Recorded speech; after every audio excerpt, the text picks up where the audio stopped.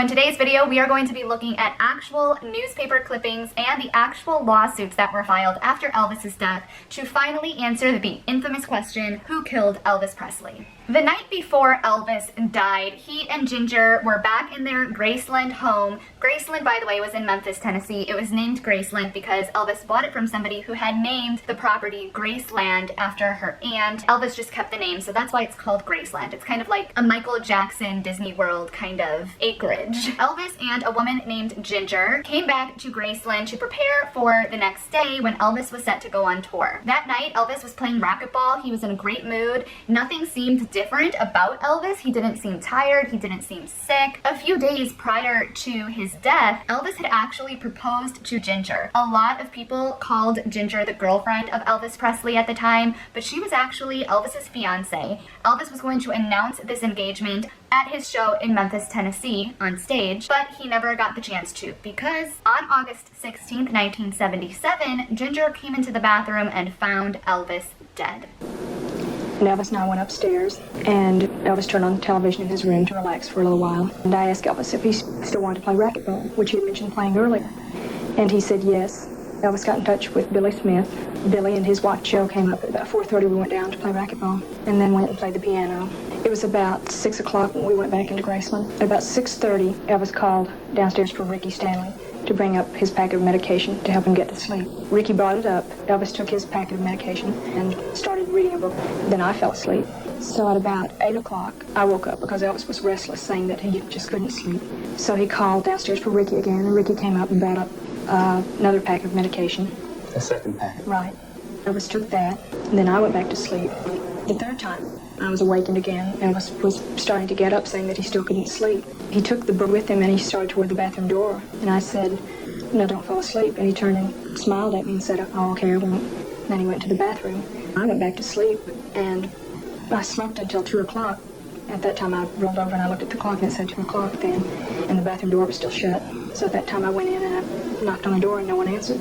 So I opened the door, and that was when I saw Elvis. After a period of time trying to resuscitate Elvis, he was declared dead at Baptist Hospital in Memphis, Tennessee. By this time, so many crowds had gathered around the hospital because they knew that Elvis had been admitted that they thought it was a little too risky to move Elvis's body from Baptist Hospital to another location for the autopsy. So they decided to keep Elvis at Baptist Hospital, where 8 different doctors started to perform a full-blown autopsy on Elvis. All 8 doctors who performed the autopsy came to the same conclusion. There were no signs of visible injury or illness that could have caused Elvis's death. They did take some samples of Elvis's bone tissue. There were over 10 types of different prescription drugs in Elvis's system when he died. These 8 doctors basically just ruled out injury or illness, but said that the death needed to be further investigated. The person who actually signed Elvis's death certificate was a man named Dr. Jerry Francisco. Dr. Jerry Francisco looked at the autopsy report, did his own analysis, determined that Elvis died of a heart attack. This was a little controversial because the 8 doctors had said there needed to be further investigation, and they had ruled it was not a heart attack, not any illness. They said that the arteries were blocked in Elvis's heart, but not to the point that it would have caused a heart attack. They said that he was years and years away from even having heart disease be an issue for him. So it was very controversial that Dr. Jerry Francisco came forward and just determined that it was a heart attack without consulting the 8 doctors who did the autopsy, without doing further investigative analysis. He literally just looked at the report where they said it was inconclusive and concluded it was a heart attack. The preliminary phases of the autopsy have been completed, and the cause of death is cardiac arrhythmia due to undetermined causes. And people felt like he had rushed the process, rushed signing the death certificate, rushed concluding the cause of death without actually doing the due diligence that Elvis deserved. When Dr. Jerry Francisco made the very first interview where he was saying that Elvis died of a heart attack, this was immediately accepted by all of Elvis's family, friends, and fans. In fact, a lot of people felt a lot of comfort that they finally had an answer as to why Elvis had died, because he actually didn't sign the death certificate until 2 months after Elvis's death, which is not completely uncommon. It can take some time to go through the whole process and the whole autopsy report. It was a little sketchy to people that it was 2 months, but it's also not totally unheard of that there could be that type of a lag. One of the 8 doctors finally came forward and did an interview. He said point blank, "I do not believe that Elvis died of a heart attack." Were you surprised by Dr. Francisco's announcement that he had died of cardiac arrhythmia? Personally, yes, I was surprised.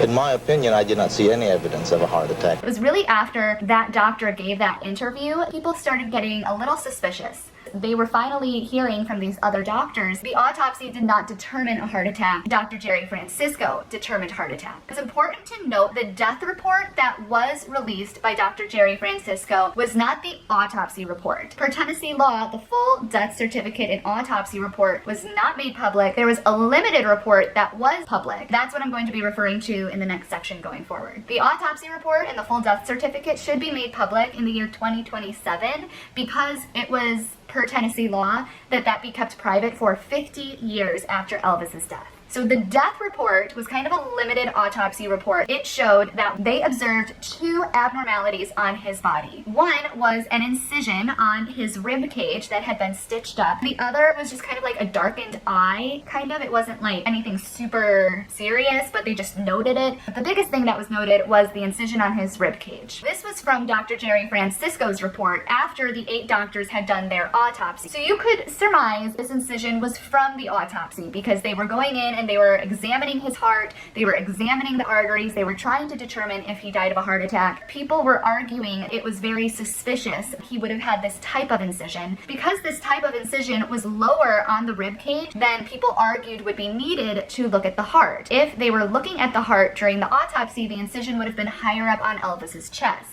The incision was reportedly between the second and third rib. This type of incision is typically made when people are trying to drain fluid from somebody's lungs. This could be because the person has pneumonia or bronchitis or any kind of fluid buildup in their lung from another type of illness. This type of incision is also commonly used to treat people with lung cancer. It is also not impossible that this type of incision could be used to take a look at the heart and the aorta. I'm not a doctor, so don't ask me any other questions about that incision. That was a really big point of discussion amongst Elvis's fans. Why did they do that type of incision if he died of a heart attack? Some people even argued the incision was so misplaced it couldn't have been Elvis's body that went through the autopsy. People believe it was somebody else's body that had the autopsy and they were telling everybody that that was Elvis. Another theory that went around is that Elvis had had some type of surgery for his lungs previous to his death. Nothing in his medical records or that his doctors say or that his friends and family say supports that theory that Elvis had some type of surgery before his death. Elvis's fiance, Ginger, was asked point blank in 1978, did Elvis do drugs? And she said no. He took prescription drugs that he needed. There was a really big movement in the 1970s for people to take pharmaceutical pills to help them with everyday things. So this was not unusual for Elvis to be prescribed sleep medication or stimulants to stay awake. And even today, you still see people being given pharmaceutical drugs like for anti-anxiety or anti-depression. So this is still happening today. I just think it's to a lesser degree than it was in the 70s. In the 70s, they were a little slap happy with the prescription meds. It was kind of thought like, well, what's the problem? If it's being prescribed, it must be okay, right? But it's important to note again that none of these were illegal. In fact, Elvis was very, very against illegal drugs.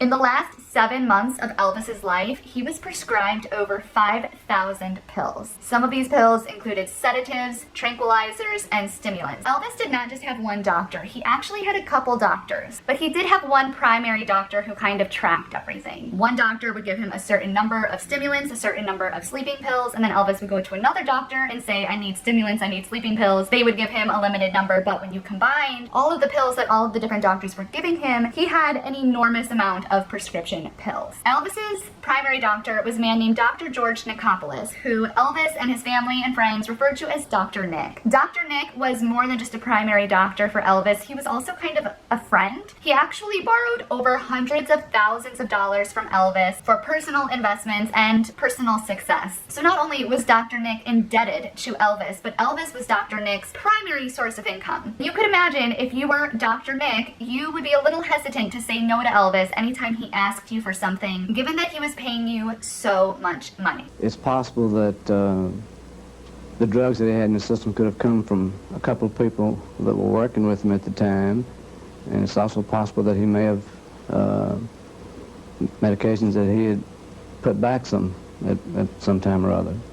hearing. After all of this information started coming out about all of the drugs found in Elvis's system and how one of the 8 doctors had his interview where he said he believed it was drugs that caused his death, this opened a whole can of worms of questions, lawsuits, and endless accusations. In September of 1979, 2 men from the ABC network decided to sue the Medical Examiners Board of Tennessee and Dr. Jerry Francisco, the man who signed the death certificate. Their names were Charles Thompson and James Cole. They were working on a 2020 special investigating the death of Elvis Presley. They believed they should release the full autopsy report. Now remember, it was Tennessee law that this be kept private, so by suing the Medical Examiners Board and Dr. Jerry Francisco, they were essentially suing the state of Tennessee. It was kind of an interesting lawsuit to begin with, kind of doomed from the beginning. However, this did play out and it did go to a hearing where Elvis's bodyguard and primary doctor were both subpoenaed to testify in this hearing. It was kind of weird because Elvis's primary doctor and bodyguard were trying to dismiss the subpoena and were really fighting to not testify in this hearing. They both argued that if they were to testify in the hearing, it would be completely irrelevant to the entire case. I'm not sure how being Elvis's primary doctor and testifying to a cause of death could be irrelevant in a case like this, but they were arguing that this was simply between the ABC network and the Medical Board of Examiners fighting over a piece of documentation. They didn't believe that they had anything to add to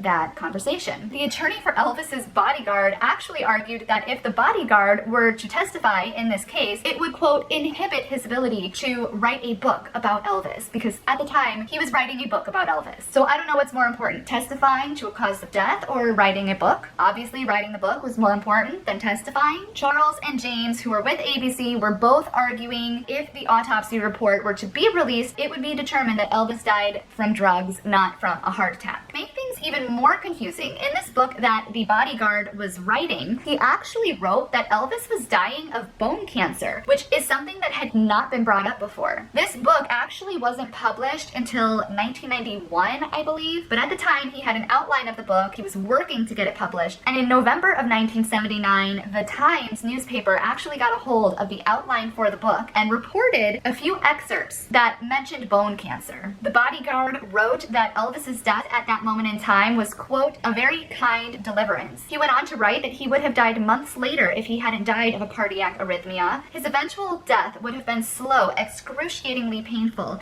and intolerable to witness. And then he literally says Elvis had bone cancer. Nobody's really sure that Elvis had bone cancer. It didn't seem to be in any of the records. His personal doctor never testified to that. Ginger never mentioned anything like that. Is it possible that in the autopsy, when they took a fragment of the bone tissue and found the traces of drugs in his system, they also found cancerous cells? That's 100% possible. I don't know how the bodyguard would have known that, unless maybe the immediate family did obtain the autopsy report and he overheard them talking about it. It'll be very interesting in 2027 when everything is supposedly going to be released, if we can see if he actually did have bone cancer or not. Now, in the same month that these ABC journalists were suing the Medical Board of Examiners, the Board of Medical Examiners were also suing his primary doctor, Dr. George Nichopoulos. They were accusing Dr. George Nichopoulos of prescribing too many pills to Elvis. 1 month after the Board of Medical Examiners sues Dr. George Nichopoulos, another lawsuit emerges on behalf of a man named Ronnie Gerard. Ronnie Gerard was a fairly prominent leasing agent in Memphis, Tennessee. He sadly died at the age of 39 from a heart attack. If you remember, Elvis was 42 when he died. Ronnie Gerard's primary doctor was also, you guessed it, Dr. George Nichopoulos. Ronnie Gerard's attorney was suing Dr. George Nichopoulos, accusing him of negligence and of prescribing way too many pills to Ronnie Gerard. At the end of the day, Dr. George Nichopoulos was not only charged with negligence in Ronnie Gerard's case, he was also charged with negligence in Elvis Presley's case, having prescribed too many pills to him, as well as another singer named Jerry Lee Lewis, and 15 other people. So apparently, Dr. George Nichopoulos was pretty notorious for prescribing too many prescription pills to people. Pharmaceutical drugs were everywhere in the 70s. In fact, a few months before all of this happened with Elvis, there were actually ongoing criminal investigations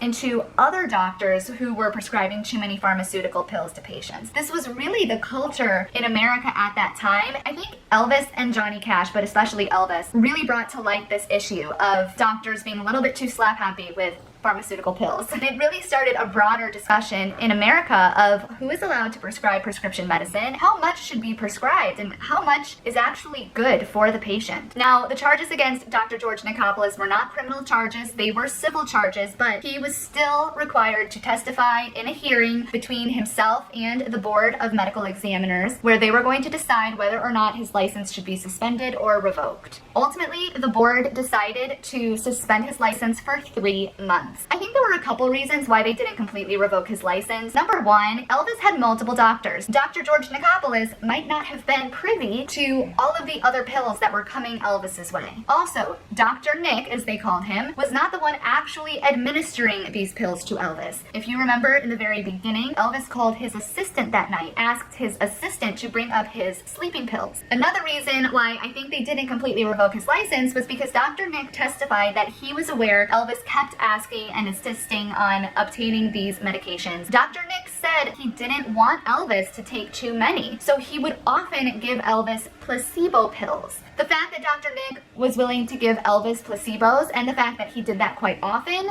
proved that Dr. Nick did have his best interest in mind. And another reason why I think that they did not revoke his license is because Dr. Jerry Francisco was testifying in all of these hearings. He did not believe drugs played a role in Elvis's death. While all of these lawsuits were playing out, Dr. Jerry Francisco, the man who signed the death certificate, started saying that he was not the county medical examiner. He was acting as a private consultant to Baptist Hospital. Now, I don't know if being a private consultant versus a county medical examiner had any impact on what they could or could not charge him with. In every single article, movie, documentary that you see of Elvis, Dr. Jerry Francisco is reported as the county medical examiner, and I think that that's because he was acting in that capacity and he signed the death certificate, which is what the county medical examiner would do. But he insists that was not the case. In these hearings, he also kind of elaborated on what he saw and what his conclusion was of Elvis's state at the time of death. He did acknowledge that there were over 10 different drugs in Elvis's system at the time. However, he elaborated that only 4 of them showed up in a significant quantity. He did not believe that these 4 could have played any role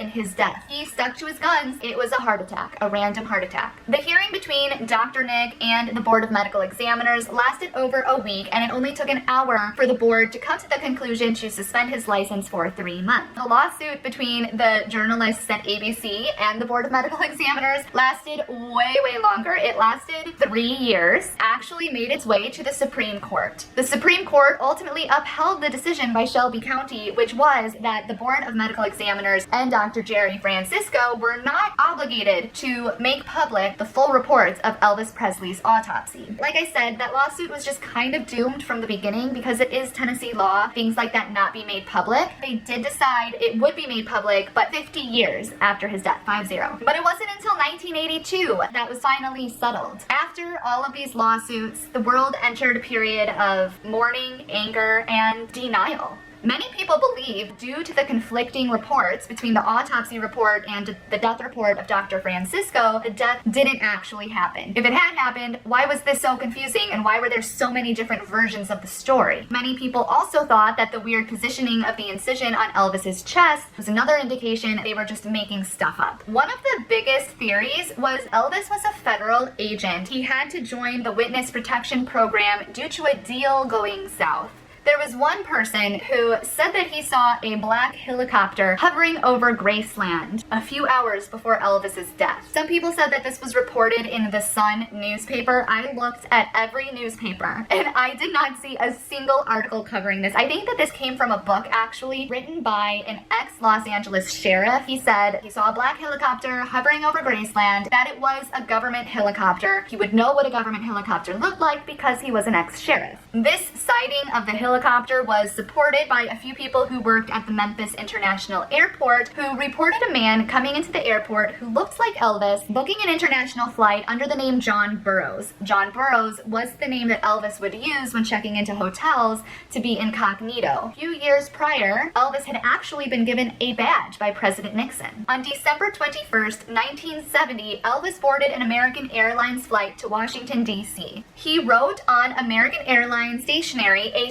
6-page letter to President Nixon. In this letter, he told President Nixon how scared he was for the future of the country. He was really worried specifically about techniques that were being used to brainwash people into believing that communism was a good thing. He saw the dangers of communism and he wanted to educate the youth on that. He was very, very passionate about stopping this brainwashing from happening to American youth. On top of being very against these brainwashing techniques, he was also very against the use of illegal drugs. He was coming to President Nixon saying, look, the youth love me. They idolize me. They're the ones being brainwashed by this communist agenda and these illegal drugs. I believe that I can really help this cause. I can help combat illegal drugs. I can help combat this brainwashing because they don't see me as somebody who's part of the system. He really wanted to restore a sense of pride in the American flag. He felt with all of this communist brainwashing, they were trying to make the youth hate the American flag and everything that it stood for. Elvis was very, very scared of this. He wrote a 6-page letter detailing out all of his concerns and requesting he become a federal agent at large. That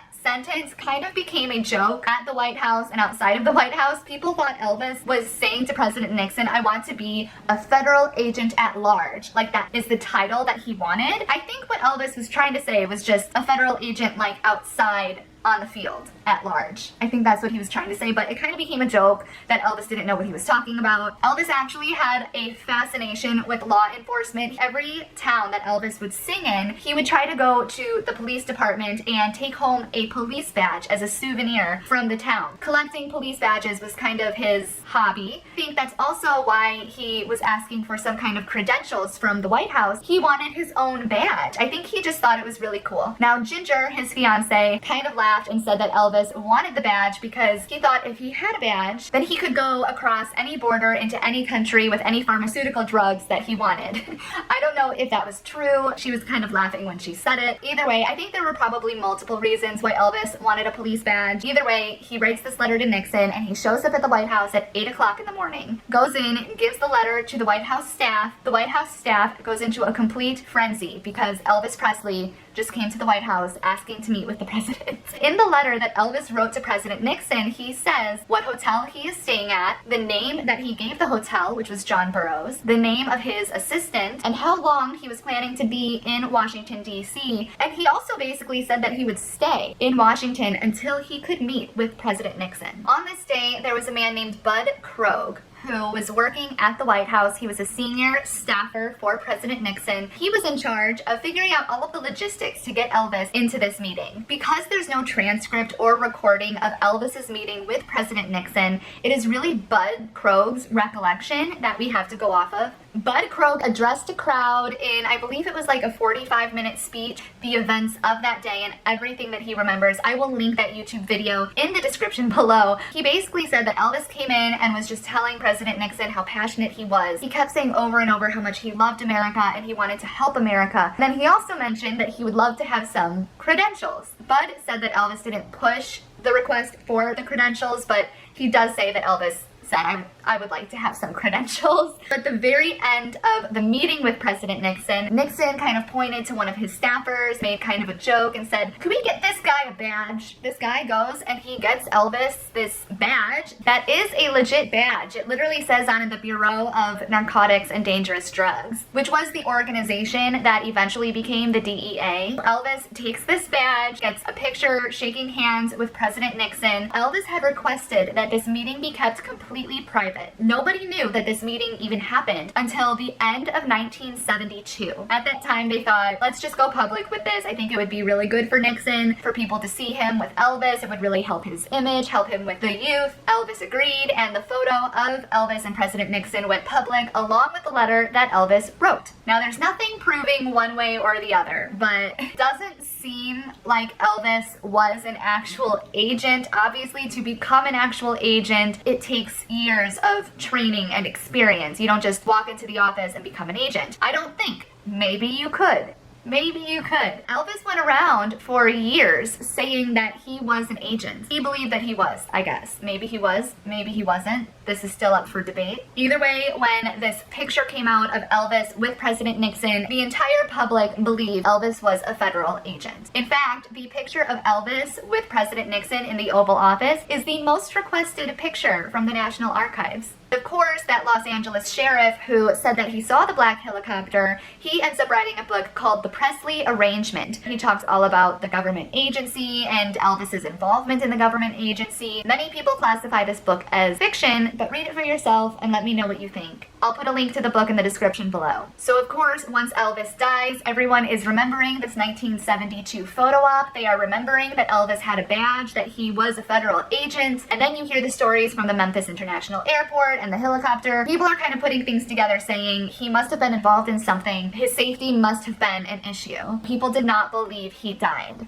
Now, all of this information and the theory that Elvis was still alive was further supported because of a picture that was posted from his funeral where Elvis is in the casket and looks remarkably young. When Elvis died, he was obviously 42. He was overweight. He was about 225 to 250 pounds. Ginger admits he would eat really fatty foods. He had gained weight. He was oversalting his food, so he was always puffy, bloated. When this picture comes out of Elvis in a casket, looking practically 28 years old instead of an overweight 42-year-old, people started thinking, wow, that looks fake. Now there's actually someone on YouTube who deep dove into this fake casket photo. I'm gonna link his whole video in the description below, but just to summarize, he went in and he actually interviewed the cousins of Elvis Presley. He interviewed one of the cousins named Wayne, who was brothers with Elvis's other cousin named Billy. At the funeral, Wayne was standing at the doors where people were walking into the public viewing, taking all of their cameras, requesting that they not take pictures. Wayne kept saying that it was out of respect for Elvis and his family, but people started thinking, did they just not want us to take a picture of a fake body in a casket? However, Billy, who was Elvis's cousin, had actually already made a deal with a magazine that he would go in and take exclusive photos of Elvis in the casket. He had supposedly obtained $18,000 from the National Enquirer to take these pictures. Because Wayne was taking away everybody's cameras and cameras were not allowed in the venue, Billy had to sneak in a camera. So Billy snuck in a very small camera. It was like maybe this big. Back then, for a camera to be that small, the chances of it taking a good photo are very, very low.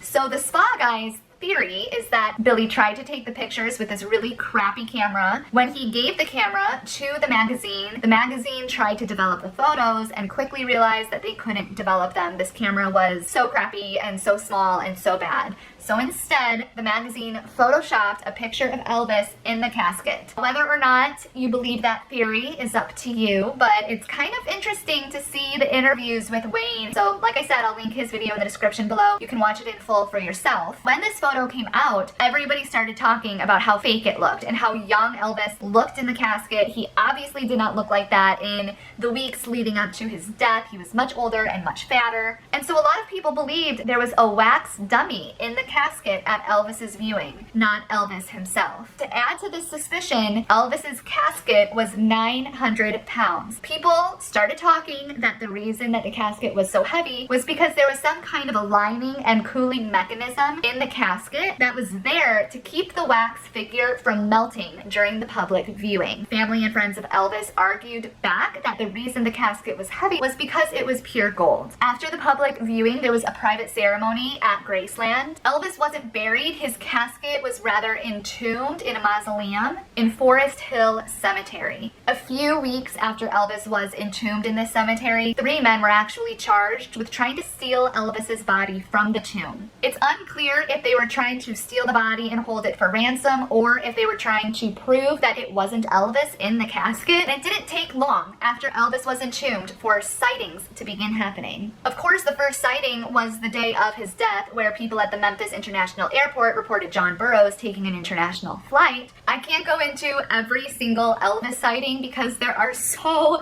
many. I will talk about probably the most notable and the most believable, which was the Poolhouse photo. In December of 1970, 1979, a man was visiting Tennessee with his family. They decided to visit Elvis's tomb, and he took pictures of Elvis's gravesite. They also decided to visit the Graceland property, where he went to the Poolhouse and took a picture outside of the house. Now, it wasn't until he had these pictures developed, because back then you had to actually develop photos, he realized there was a figure inside the door of the pool house, sitting on a couch past the screen door. He took a magnifying glass, zoomed in. The figure looked just like Elvis Presley. First of all, the picture of the person sitting behind the screen door is Al Strada. Okay, Al Strada was a gentleman that worked for us. After Elvis's death, he worked security for the estate. He was That's the security picture guard. that comes with the hardcover that supposedly That is is the Elvis picture of after him sitting behind in a chair, sitting behind the screen door. Okay, That's the first I've heard that. That's right, because nobody's arrested me. Yeah, well, Anyway. I've been asking Well, now people. that he's told you. Well, I mean, I certainly would love to see what and this Alstrada gentleman looks will like. say too. that he's doing. I didn't bring a picture with me of him. I wish I. He's Al Strada. I don't know where he was working for. That's the picture we have Federal on Can't Express. see it real well. Right, but also, Okay. should somebody tell me? There you go. Yeah, And Alstrada looks like Elvis Presley? absolutely. In that shot. Well, you know what's the same interesting, glass. too. Let me ask another question. How about the gentleman? Who was the person that was Well, hold on, to let's the leave that. hospital? Hold on a second, Joe. Okay. Mike Joseph is on the phone from Chicago. Hi, Larry. Hi, Joe. Now, you took what picture, Mike? Yeah, I took the picture that Gail is talking about. Now, let's throw that picture back up on screen. Okay. This picture obviously was taken after his death because, according to the Kodak scheme on that particular roll, there was a picture of the gravesite before it. Right. There Okay. were two graves there. It was Elvis's and his mother's. And Okay, now- it was the grave area was open to the public. It was New Year's Day, 1978, when I shot that picture. Now, who is that in that picture? It was they- not Elvis Presley? It is not Elvis Presley. Well, it changed my mind that I had met with a couple of Elvis's friends, which one of them was George Klein, who was also a friend along with Joe Esposito. The only way you know that it's not him is that a friend of his said it wasn't him. George Klein told me it was his cousin Jimmy, who Elvis never liked, and after Elvis supposedly died, Jimmy would then come around and hang around Graceland. Now, No, it's Joe, not Alstrada, it's Jimmy?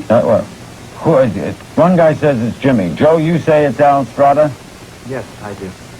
I think that it added to everyone's confusion and suspicions when there was this whole back and forth of, was it his cousin Jimmy or was it Al, the groundskeeper? Again, conflicting reports. People thought it was one of these people, then why is it so confusing? Why is there all of this conflicting information again? Just like with his death, all of this conflicting information. People believed again that the conflicting information was indicative of a cover-up. Even up to a few years ago, people had reported seeing a groundskeeper on the Graceland property who looked like Elvis with gray hair, and people truly believe he was put in witness protection, flown away from America, and that he came back and is undercover as a groundskeeper at his old house again. In December of 1990, the two ABC journalists who had gone through that 3-year lawsuit with the Board of Medical Examiners, James Cole and Charles Thompson, actually wrote a book called The Death of Elvis: What Really Happened. In this book, they go through all of these theories in great detail. They also bring up another point about his death certificate. They argued it was possible Elvis actually wrote his own death report and signed his own death certificate. The year after this book came out, Mojave Community College had an entire day deep dive class into all of these investigations surrounding Elvis, trying to determine if he was still alive or not. They had experts from law enforcement fly in from all over the country, document experts fly in from California. They had a Canadian government advisor, who was probably someone's brother-in-law,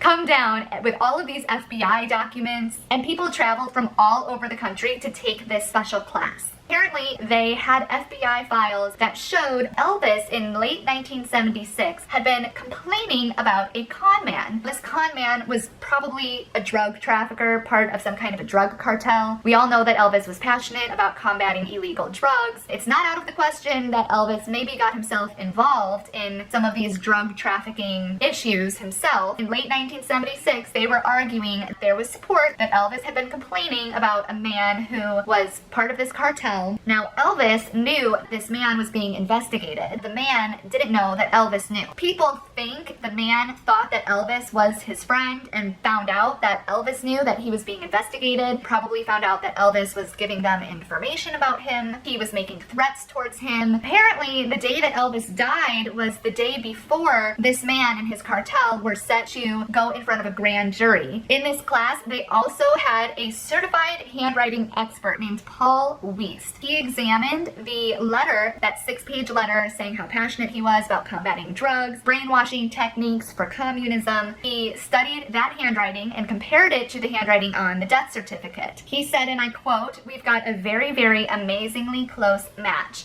I admit it doesn't prove anything, but it certainly makes you wonder, hey, did he write it?" I'm going to put up a picture of the letter that Elvis wrote to President Nixon, and next to that, I'm going to put up the report that they were looking at. And I want you to look at these two documents. Tell me what you think. For decades, people have believed they have seen Elvis, whether they're in Bermuda, whether they're in Costa Rica, whether they're in Memphis, Tennessee. What do you think? I want to know in the comments below. Do you think Elvis's death was a cover-up? We still haven't answered that classic question, who killed Elvis? After going into all of this information, do you think that it was Dr. George Nicopolis? Was it Elvis's staff member who had brought him that second packet of sleeping pills? Or is it a trick question? Did Elvis not actually die? Do you think that Elvis faked his own death? Or do you think that Elvis killed himself because he was the one taking all of this medication? Who killed Elvis Presley? It is 2022. We still don't have answers. Perhaps in 2027, which is not that far away, and the full report is released, perhaps we'll have more information then. Until that day, I will link all of the books that I referenced in the description below, all of the YouTube interviews, and the whole ABC 2020 episode that aired in 1978. I will also link that in the description down below too. And if you like this type of content, don't forget to hit the thumbs up button and subscribe to the channel. You have no idea how helpful just one extra like and one extra subscriber is to the algorithm of YouTube. And I will see you on the next Roots Rockumentary. Hungry for the road all my life, thirsty for adventure all my youth, chasing all my freedom.